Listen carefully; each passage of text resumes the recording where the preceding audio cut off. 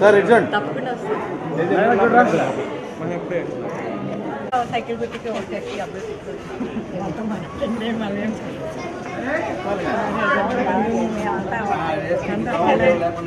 ఇదంతా నీట్గా అయిపోతుంది.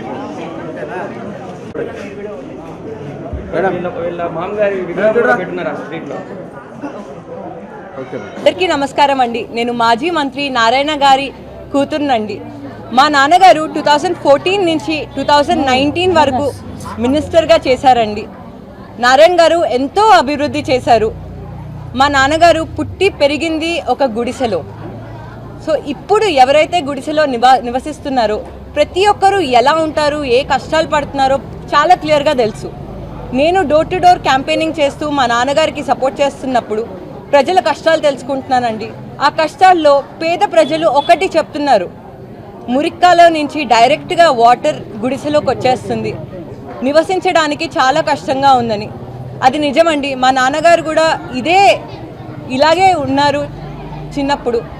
సో ఖచ్చితంగా నారాయణ గారికి కష్టాలు తెలుసు. నారాయణ గారు మినిస్టర్గా ఉన్నప్పుడు under ground drainage system start చేశారు. అది 90% కంప్లీట్ అయిందండి. మా నాన్నగారు మళ్ళీ మినిస్టర్గా వస్తే, ఎమ్మెల్యేగా వస్తే నారాయణ గారు ఫస్ట్ చేసే ఒకటి under ground drainage system complete చేయడం.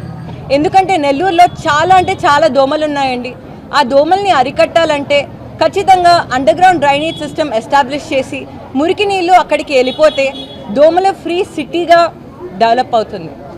అదొకటే కాదండి, టీడీపీ ప్రభుత్వం 2014 నుంచి 19 వరకు ఉన్నప్పుడు పార్క్స్ డెవలప్ చేశారు.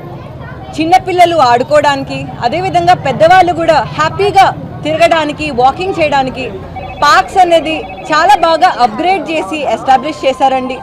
కానీ ఇప్పుడు పార్క్స్ యొక్క పరిస్థితి ఏంటి? నారాయణ గారు గుడిసెలో ఉన్నారు కాబట్టి నారాయణ గారు మినిస్టర్ అయిన వెంటనే 2014లో ఫస్ట్ ఇనిషియేటివ్ తీసుకుంది గృహ నిర్మాణం.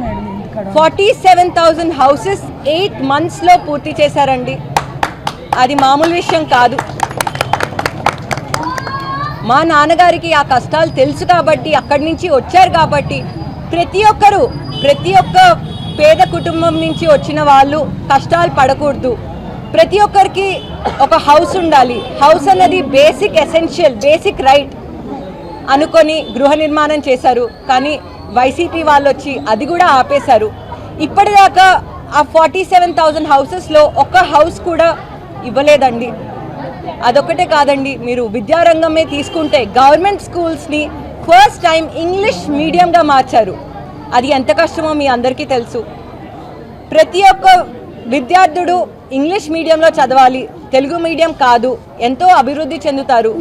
భారతదేశం ఎంతో అభివృద్ధి చెందాలి అని ఇంగ్లీష్ మీడియం స్కూల్స్ ఇంట్రడ్యూస్ చేశారు. వీధి తిరిగి డోర్ డోర్ క్యాంపెయినింగ్ చేస్తున్నప్పుడు ప్రజలు చాలా డిస్సాటిస్ఫాక్షన్గా చాలా కష్టాలు చెప్తున్నారు. కూరగాయలు రేట్స్ పెంచేశారు, పెన్షన్ రావట్లేదు, మేమేం చేయాలి, మేము ఎలా బతకాలి అని ప్రశ్నిస్తున్నారు. మీరందరూ ఓటేసే అప్పుడు ఒక్కటి ఆలోచించండి. 2014 ముందు టీడీపీ ప్రభుత్వం క్యాంపెయినింగ్ చేస్తున్నప్పుడు, నారాయణ గారు క్యాంపెయినింగ్ చేస్తున్నప్పుడు డోర్ టు డోర్ ప్రతి ఒక్కరి దగ్గరికి వెళ్ళి వాళ్ళ కష్టాలు తెలుసుకొని వాళ్ళ సొల్యూషన్స్ కూడా వచ్చి 2014 to 19లో అవి ప్రాక్టికల్గా ఇంప్లిమెంట్ చేశారండి.